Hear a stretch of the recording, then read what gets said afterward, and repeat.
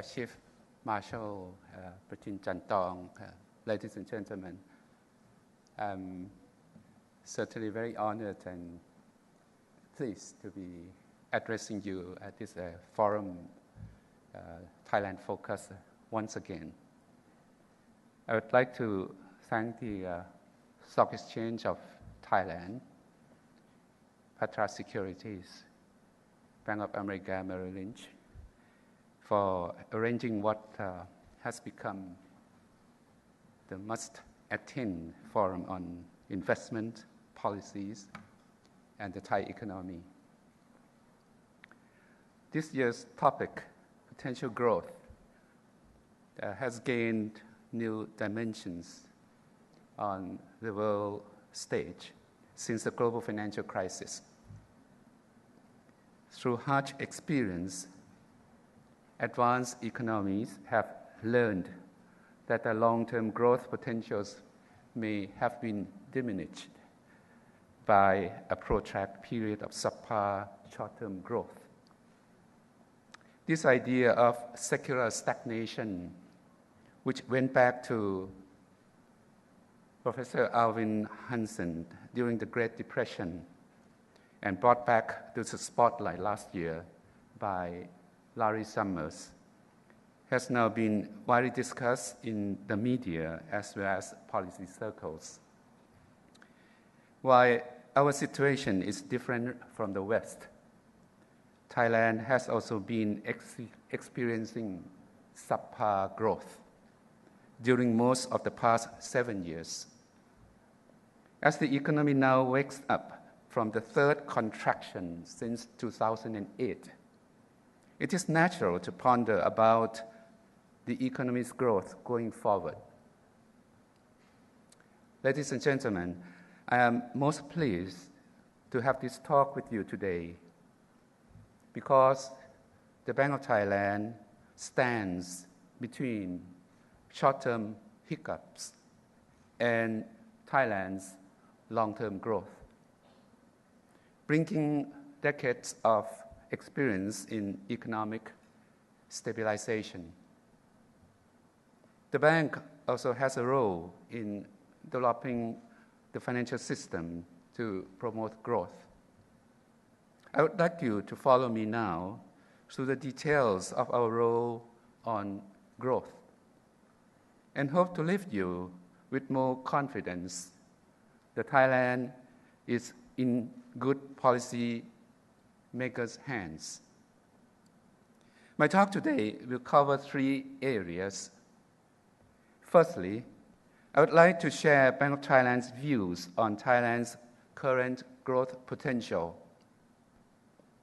Secondly, I would like to walk you through the current economic conditions and illuminate the role of central bank in returning balance in these situations. And thirdly, I will address the classical yet very current challenge of lifting growth through boosting productivity. I will share with you the opportunities we see for Thailand involving the structural changes that are now underway and the cooperation by the central bank, public, and private sectors that will transform these opportunities into sustainable long-term growth. Ladies and gentlemen, having outlined our plan for today, I would like to begin with the concept of growth potential and its application to the state of Thailand's economy. What do we expect to see from a Thai economy achieving true growth potential? 2 components. First is growth at full sustainable capacity. We would expect to see factories producing their optimum output while hotels have the maximum number of guests that can be served comfortably. And infrastructure from roads to banking system able to lend full support. Second is lifting the long-run growth trend. We would expect to see the same factory owners boosting technology investment to be able to manufacture more valuable products in the future, or the banking system being improved to bring funds to investors more effectively. The first component requires full utilization of current resources and can be achieved through demand management policies, while the second component requires improvement of these resources and production processes so that production can yield a higher rate of return. This can be achieved by supply-side policies, increasing productivity of the labor force, adding value to products by innovation, and improvement in infrastructure. Looking at the Thai economy right now, we can see room for both demand-side and supply-side policies. Our economists have analyzed 2 decades of trend in capital accumulation and estimated that Thai economic growth potential has declined since the 1997 crisis and is currently at 4 to 4.5% per year. Thai growth potential is also low compared to ASEAN peers, who average around 3%, according to an IMF study this year. This reflects lower productivity and suggests that there is room for supply-side policies to lift growth trend. Looking at need for demand-side policies, Thailand's actual growth has averaged 2.5% between 2008 and 2013. In this period of global financial crisis and the Thai mega flood occurred, and the economy's rebound was not enough to compensate for lost growth during these large shocks. Demand management policies are needed to restore confidence and growth to full capacity. The Bank of Thailand has deployed accommodative monetary policies throughout these shocks, as has the government sector by deploying stimulating fiscal policy. Over the downturns during this period, Thailand's economy has been maintaining strong fundamentals and stability, and thus allows policymakers to accommodate and boost the recoveries without much risk to future growth. The central bank actively takes part in building these strong fundamentals and stability. Ladies and gentlemen, now that we are on the same page about Thailand's growth potential, I would like to turn your attention towards the present roles of the central bank in restoring growth through stabilization policies. The Thai economy is currently well below its growth potential, particularly over the last 3 quarters. Average growth is close to zero due to political uncertainty and payback period from earlier government policies, most notably the first car buyer tax rebate scheme, which has dragged down private spending. A prolonged period of diminished economic activity eventually hurts growth potential. When businesses lose confidence, they draw down production and investment, which blocks progress in know-how and technology.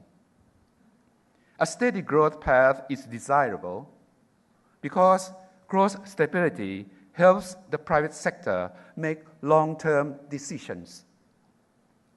This is why the Monetary Policy Committee also takes a role in stimulating the economy towards regular activity.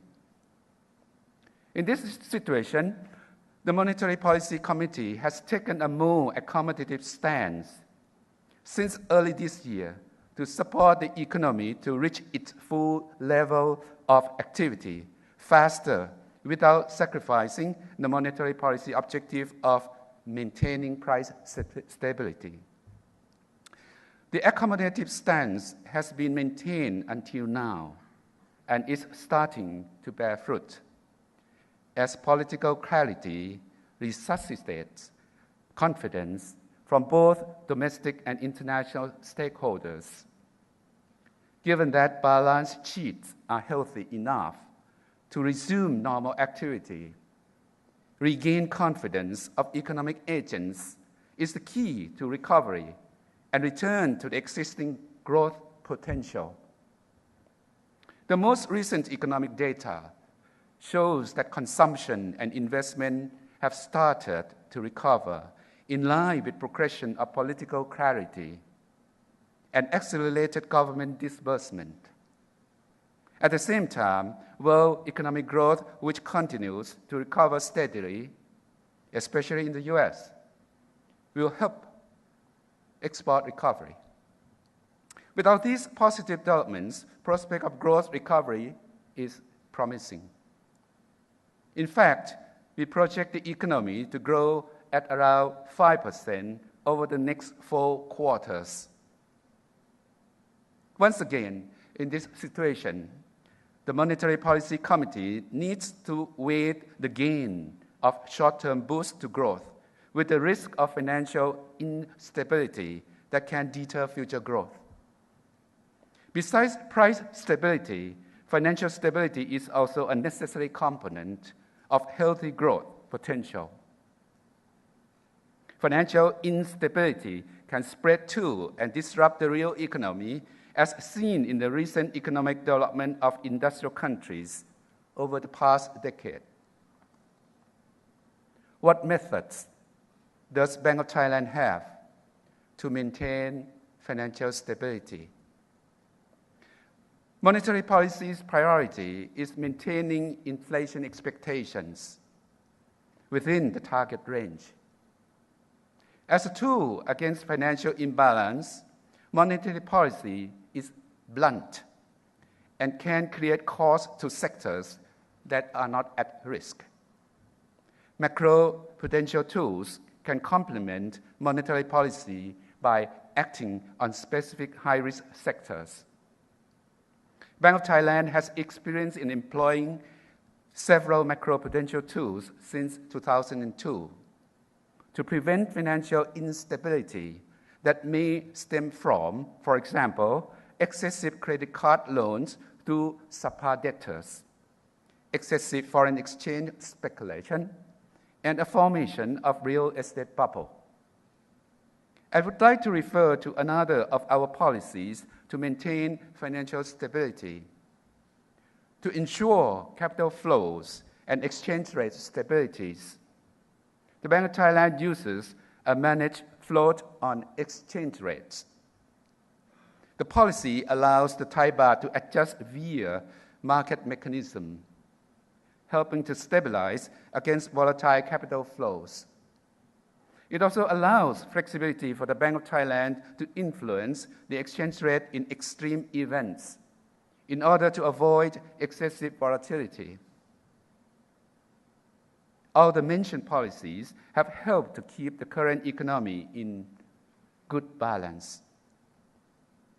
Today, capital flows, private sector balance sheets, as well as real estate values remain healthy, which should allow private spending to return with confidence and enable fast recovery.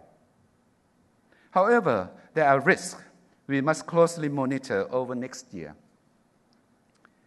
As the U.S. economy continues to recover strongly, earlier timing of the U.S. interest rate normalization is anticipated,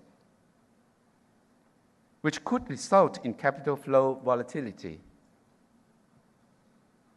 At the same time, household debt at 83% of income is also a factor to be monitored with caution. We have now covered growth, price, and financial stability.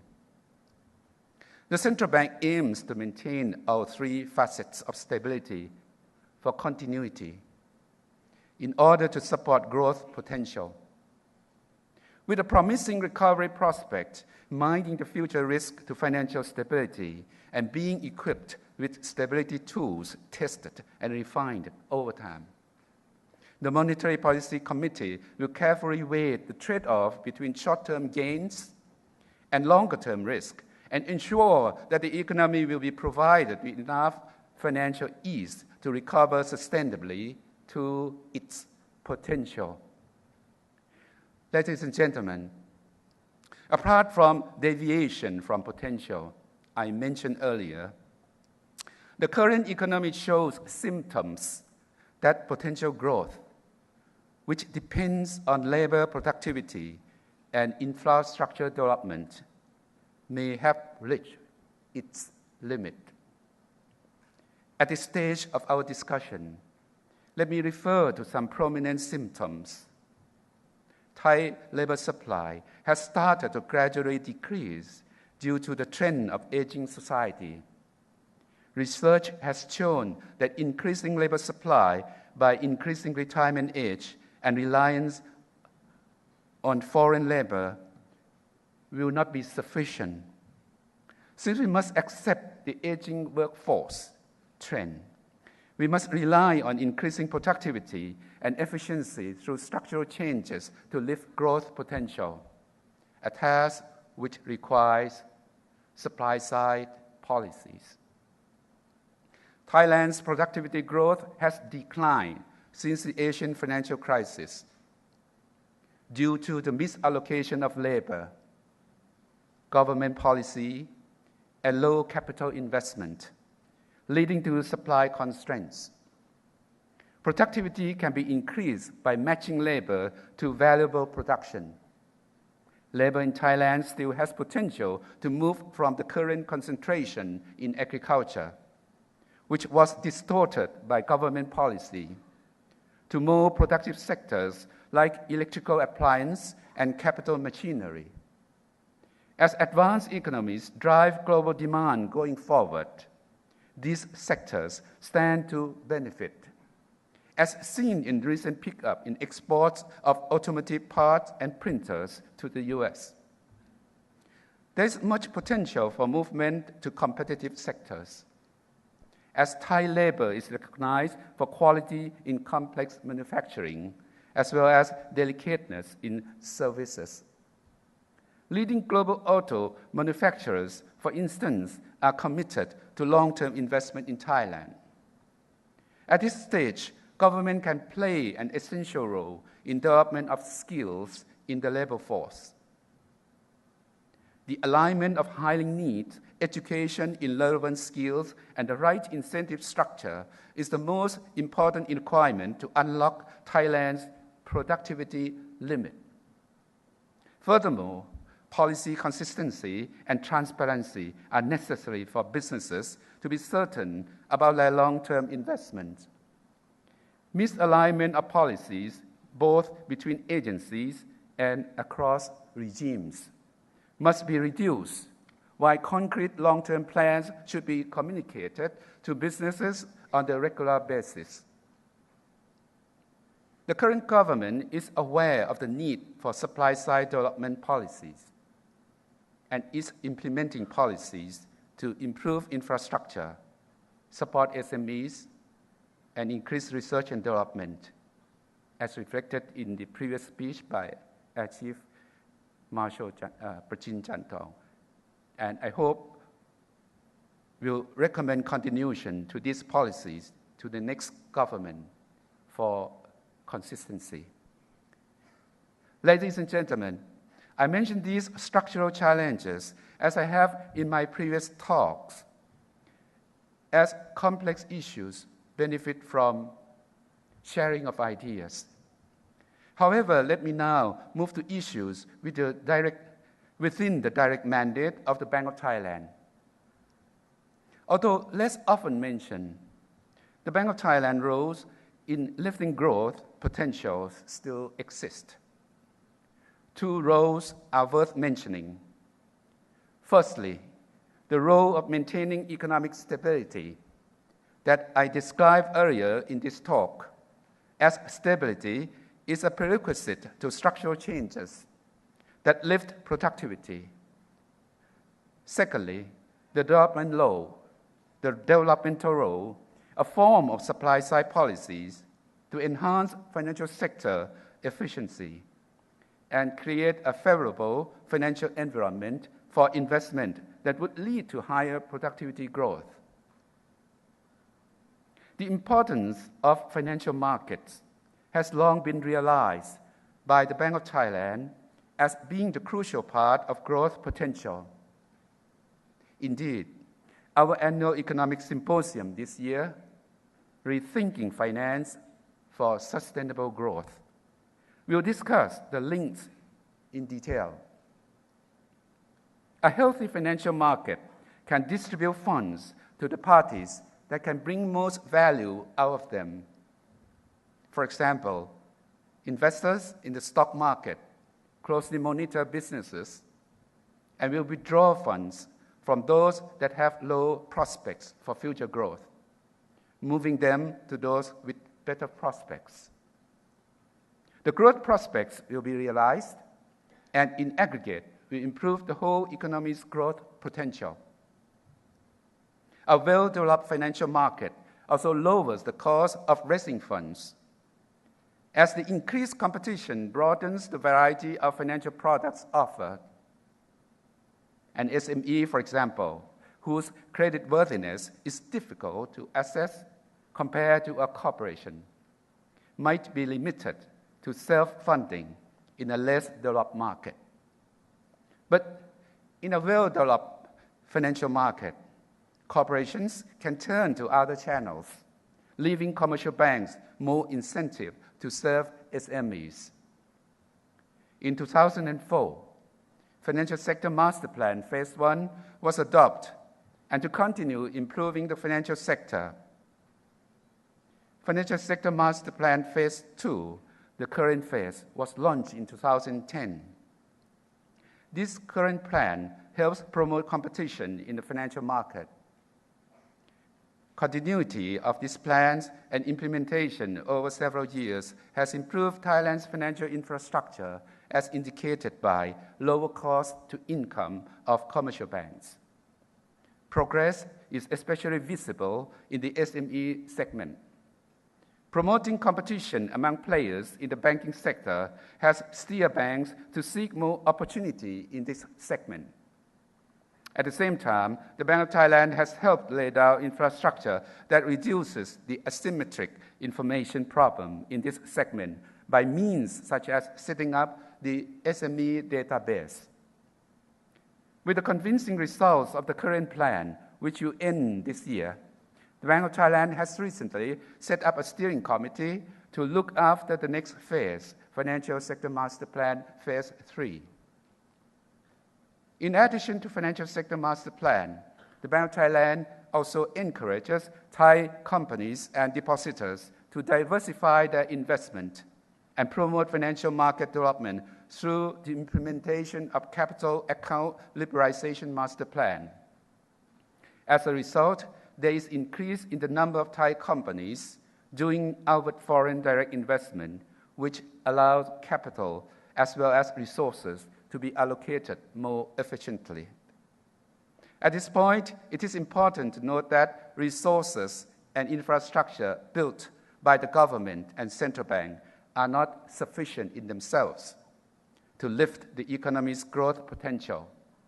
More importantly, financial institutions and businesses must utilize them and act as the main player that will drive the economy to its highest potential.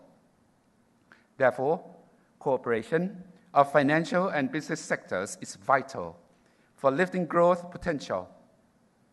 The private sector needs to add more value to products and services by having long-run commitment and investing in both physical and human capital. For example, high-technology machinery, employee training, as well as research and development. In order to support this, The public sector and Bank of Thailand can improve accessibility to sources of funds, especially for SMEs, and lower the cost of long-term investment. Ladies and gentlemen, the Bank of Thailand pursues economic growth as part of its commitment to sustainable well-being. Economic growth, as discussed today, is maximized by keeping growth close to potential, as well as lifting growth potential. The central bank can contribute to growth potential by stabilizing the overall economy.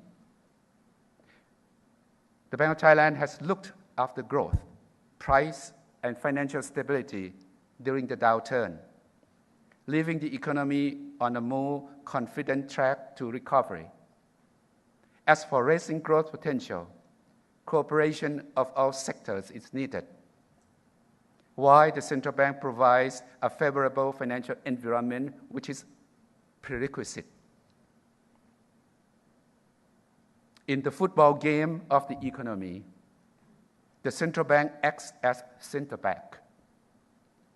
In order to safeguard stability during the recent circumstances, we have played a proactive role due to high economic uncertainty. Now that political and economic clarity is higher, the central bank will play a supportive role.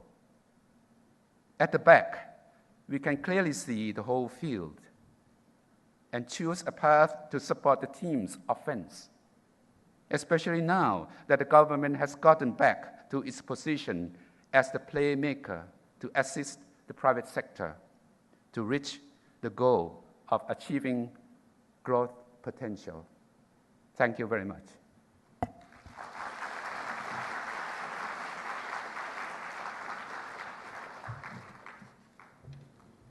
Thank you very much. And from now on, we open the floor for Q&A session. So please raise your hand or write it down on a paper, and the officers will gather the paper from you.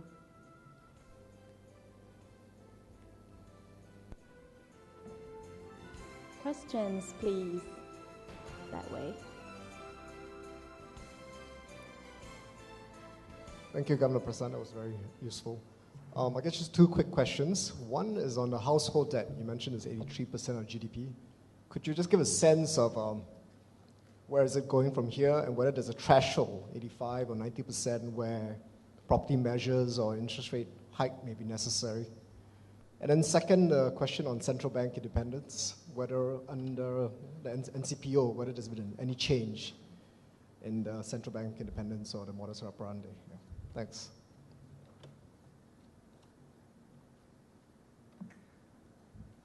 On the first issue, household debt, in fact, since the middle of last year, we did observe the slowdown in the expansion of private credit to households, which was a blessing, in fact, not a period before that. Say the period 3 years before that, this figure has been increasing at somewhat rate, which is of our concern.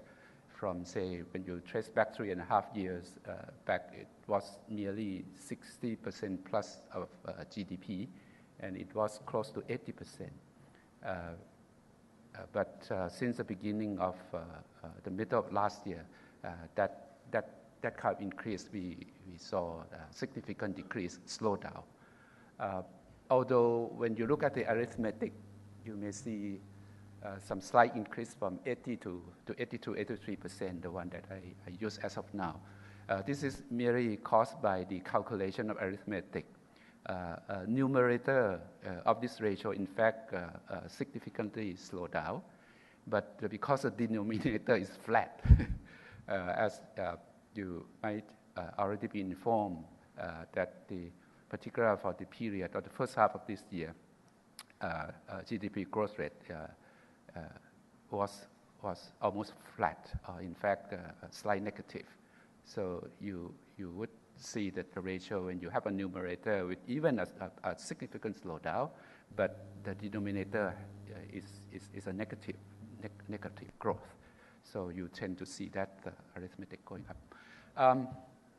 This is something that we have to watch because experiences in some other countries when they had problems, debt could be a major source of troubles. We tend to look at the corporate, government, and household. Luckily, corporate debt in this country was not a problem at the moment. Probably a big lessons learned from '97. Corporate in general level of leverage was much lower than the '97 period. Public debt is at the manageable level. Corporate, in fact, when we talk about this figure, is an aggregate of everything, including micro business, when they have left pocket and right pocket together doing business and household consumption. The one that we certainly do is a trend, 82, 83. We hope that when the GDP growth rate comes to normal, this ratio will be coming down. So at the moment, it's not a big concern, but it is something that we have to watch at and be ready to implement any policy if required. At the moment, major credit providers, namely banks, are already aware and in fact have adjusted themselves quite well. Another component that I should also mention that in the previous period, such household debt was also stimulated by some government policies, such as this first car scheme. Now that scheme already stopped since the middle of last year. On the second questions, the presence of NCPO so far has not undermined any operational independence of the central bank, neither the legality of BOT law, no political pressure, no intervention being felt by Monetary Policy Committee when we conduct our monetary policy. Having said that, I also like to give a disclaimer that I myself do not believe that the central bank in any country should be isolated and fully independent from the government. In fact, at the end, it's the government who is responsible for the well-being of the overall economy. But because central banks had a special mandate, special function, case in point is the creation of money, printing currency. So central bank should have certain level of operational independence. This, in fact, should also be governed by transparency and accountability of the central bank itself. Hence, in the major reform of the central bank law in the year 2008, it was specified. The procedures were specified very clearly. In certain aspects, Bank of Thailand have to consult the government, or even, in fact, setting inflation target for the following years. Monetary Policy Committee will have to talk with the Minister of Finance, and if he agrees, then he will present to the cabinet, and it's the cabinet who is the final approval of the targets for next year. Then central bank have operational independence to carry out. We are held accountable to the public. If we did not fulfill our job, then we have to explain to the public.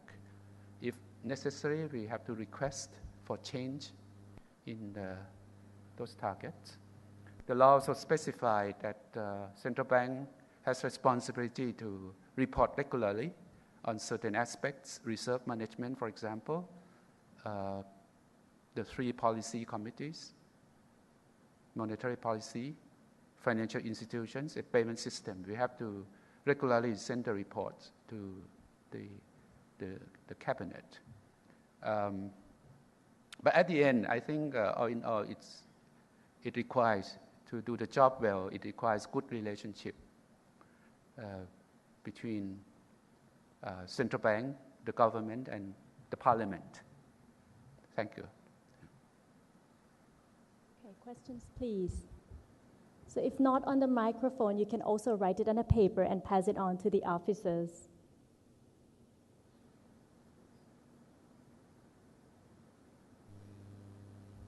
Okay, then I read the paper here.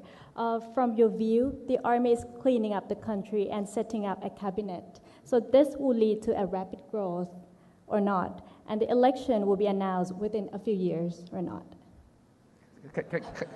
Can you repeat the question? Oh, the army is cleaning up the country and setting up a cabinet, so this will lead to a rapid growth, right? So, a question mark. Will the newly appointed cabinet bring rapid growth of the economy? Yeah, so after cleaning up all the country and setting up a cabinet, so this shall lead to a rapid growth. Is that correct? No, I think one have to be realistic. One have to be realistic. It require some time, but it should serve as a good foundation. It should. Okay. As reflected in my speech, the Thai economy has its potential, but unfortunately for the past year, and in fact, even for a longer period than that, we were hampered by several factors. A major factor is the uncertainties in politics, the deadlock in the administration of the country. But now, people do hope that we can pass that hurdle, and if we can obtain better government clarity, it's like taking down one major hurdle. But when you're taking down major hurdles, that gives you the opportunity. It's the opportunity for you to go to the full potential you have. And from our rough calculation, if our potential is 4 to 4.5, now we are at subpar. So if we, like a student doing an exam, if we go to 4 to 4.5, we get a B. To get an A, we should increase our potential further. And that should be 5 or beyond 5. But that should be done properly to increase the fundamentals, to improve the fundamental, to increase the potential. So the answer is partly yes, that you get the better clarity. So you should have more opportunity to go to your potential. Now it depends on you. If you fumble it, then you, by whatever reason you don't do it, then you may go to subpar again. I hope not. We should go at least to the par and try our best to go beyond our par.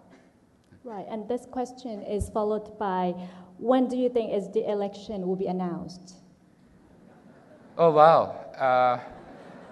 Although I made quite a long speech, I don't intend to pretend that central bank know everything, particularly in politics. I don't know. Perhaps you should open that answer question in the previous session. Not in this session. This is central bank governor, right. Not the deputy NCPO. So I move on to the next question. If fiscal policy fails to support the recovery, what could monetary policy do to help? Any room for further easing, and what are the circumstances under which BOT would consider cutting interest rates? Before answering this question, I would ask your permission to give my view on the economy. As of now, I think the Thai economy has bottomed out in the second quarter. The prospect looks brighter And I think the engine of fiscal policy should come back, function again to support economic growth. During the previous time, we recognized that there were deadlocks and fiscal policy cannot function as normal. So the Monetary Policy Committee with the trade-off between the risk of short-term growth, the downside risk, and the longer-term stability. And we decided to went along with the accommodative stance. But the fact is that our policy rate at the moment is at 2%. It also means that the policy space of our monetary policy is limited.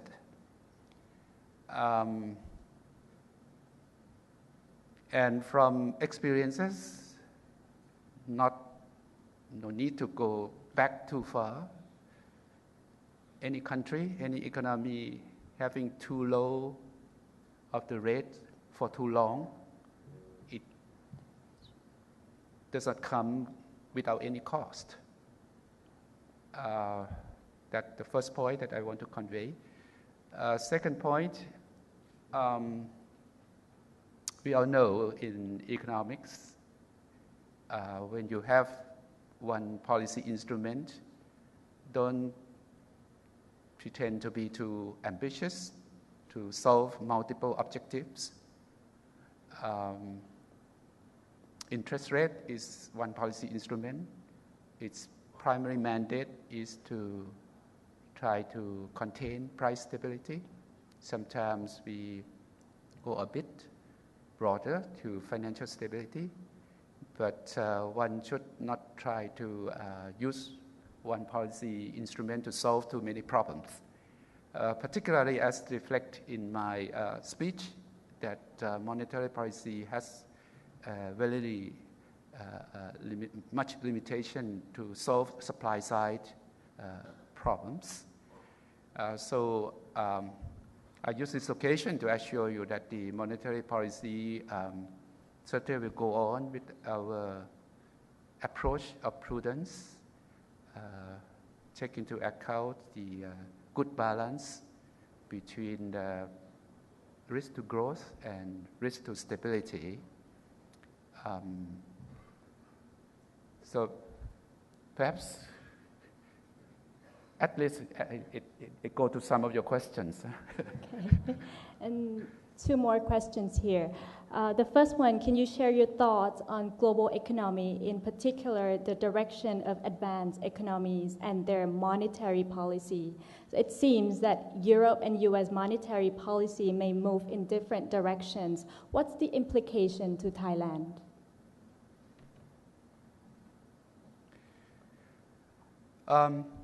Again, I think the multi-speed recovery can be applicable even nowadays. This is a very special phenomenon compared with the long history of the global economies. We do observe different pace of recovery.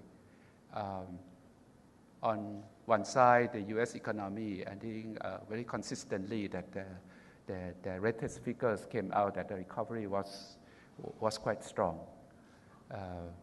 The UK, they retract a bit. Before that, they were also signs that the recovery was quite strong until lately that was not so. But again, relatively, when compared with the Eurozone and the Japanese economy, those latter two are still very, very sluggish. So we do expect that the monetary policy probably will be quite diverse for the advanced economies. In this case, we probably expect sooner normalization from the US the UK, and less so for the Euro, the Eurozone and Japan. Now, the second part of your questions, people now have been very careful and cautious about the time that the US Fed will raise their rate. The QE tapering is a foregone already. I think they will finish it very soon. Lately, they have been quite successful in communicating with the market. So the QE tapering should not have any impact on the market. What the market is hoping now, watching is when the Fed will start to raise their rate. There is good possibility that there will be some volatility in the global capital market, particularly on the funds flow. But fortunately, in the case of Thailand so far, and for the past 2 years when we had this news of QE tapering and so on and so forth, the Thai economy in general and the Thai financial market in particular has been quite resilient in the sense that the baht exchange rate compared with major currency has been relatively very stable. The capital flow in and out of the country, all in all, is also very balanced. We do observe two-way flows, both in and out, and if you plot them, they are quite balanced, in balance. The share of foreign investor in our bond market move in narrow range, ranging from 10% of the total cap to 12%, sometimes to 12, sometimes come to 10. It's a very narrow range indeed. Equity market, you also observe in and out of non-resident investor. Now, having said that, being a central bank, we also have to be vigilant and watch out. And the best way is to be prepared. I think over time we have learned and we have several tools in hands. Some I already mentioned in the speech, such as the flexible exchange rate. Our reserve is also quite plentiful that can be deployed if necessary. The private sector, corporate sector, banking sector are also quite well managed in the sense of not going too far in the imbalance. And the very important issue, last but not least, is the macroeconomic fundamentals. As we observed in the previous episode a year back, there were some countries which were were classified as vulnerable. Sometimes they term it fragile fives and so on. The cause was mainly caused by this concern on macroeconomic fundamentals. But in the case of Thailand, at the moment, we were quite fortunate. I think when we look around in the major macroeconomic dimensions, things are quite well in balance. We have at the moment low inflation expectation, small unemployment, very strong banking sector, manageable level of public debt, and plentiful of international reserve. So with those fundamentals, with policy tools in hand, I think, and a good mindset of vigilance and watching out, I think we should be able to get through with the possible volatile time. Okay, this is the last question, is more or less about central bank policy.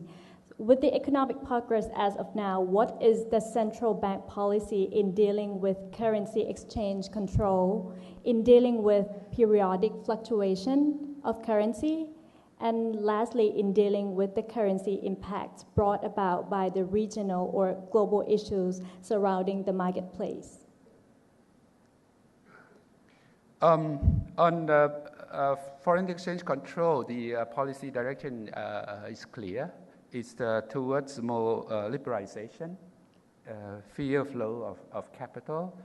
And we have done this for some years already when we think that the time has come that we are quite ready for it, namely that the current account of the country is all in all is in quite a good balanced position.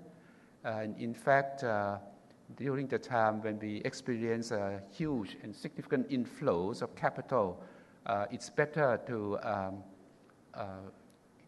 have a natural outflow in this sense that rather than having the public sector, namely the central bank, responsible for holding all this foreign exchange, it may be better for the private sector to be allowed to do so.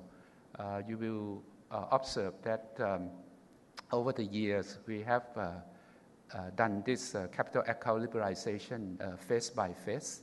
Now that all the current items for the current account are fully liberalized, on the capital account, this I think go almost both institutional investors and retail investors, and we are now talking with the finance ministry to move further on.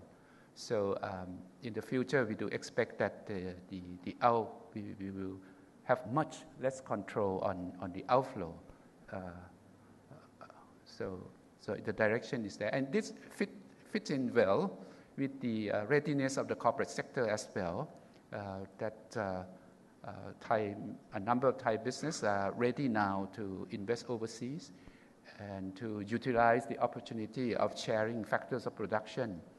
The Thai economy itself, as reflected in my speech, also faced limitations in a number of factors of production, whether it be land, labor, and so on. And it's better to also look out for better opportunity. So in sum, I think the policy direction is towards more liberalization.